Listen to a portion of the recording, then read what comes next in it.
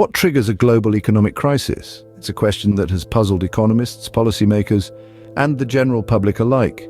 The intricate web of factors contributing to such crises makes them difficult to predict, and even more challenging to prevent. To unravel this mystery, we need to journey back in time and examine the roots of past economic crises. Each one is unique, yet patterns emerge, painting a broader picture of the forces at play. Let's rewind to the first recorded economic crisis in the 17th century, known as Tulip Mania. It was a time of rampant speculation in tulip bulbs in the Netherlands, creating one of the first asset bubbles. When the bubble burst, it led to significant financial losses. Fast forward to the Wall Street crash of 1929, where a speculative bubble in the stock market led to a devastating crash. Here we see a recurring theme. Financial market instability, often fueled by speculation and asset bubbles, can trigger economic crises. But the story doesn't end there.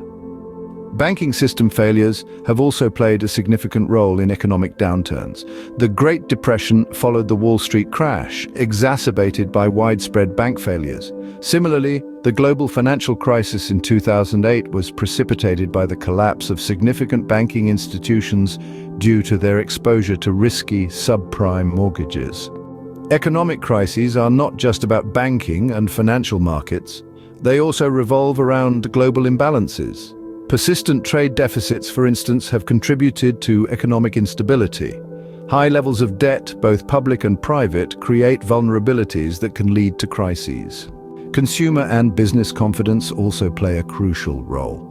Political instability, geopolitical tensions, and other uncertainties can shake confidence, impacting spending and investment. An example is the oil crisis in the 1970s, where geopolitical tensions led to massive increases in oil prices, triggering a global economic downturn.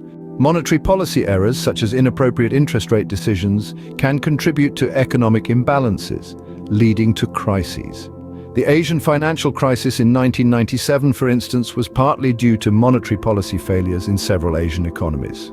Housing market crashes, like the one in 2008 in the United States, have profound effects on consumer wealth and financial institutions.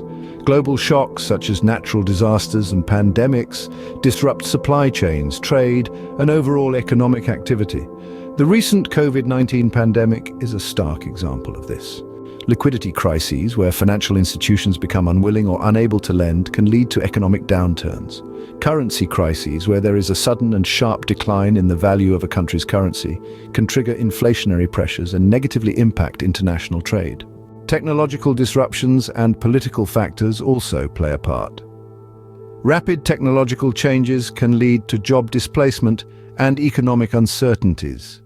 Political instability and policy unpredictability can contribute to economic instability. In summary, the main causes of economic crises are financial market instability, banking system failures, global imbalances, high levels of debt, loss of consumer and business confidence, policy mistakes, housing market crashes, global shocks, liquidity crises, currency crises, technological disruptions, and political factors. It's crucial to remember that these factors often interact in complex ways. The context and triggers for each crisis can be unique. Understanding these causes is the first step towards crafting strategies to mitigate the risks of future crises. So, the next time someone asks, what triggers a global economic crisis? You'll have quite the answer at your disposal.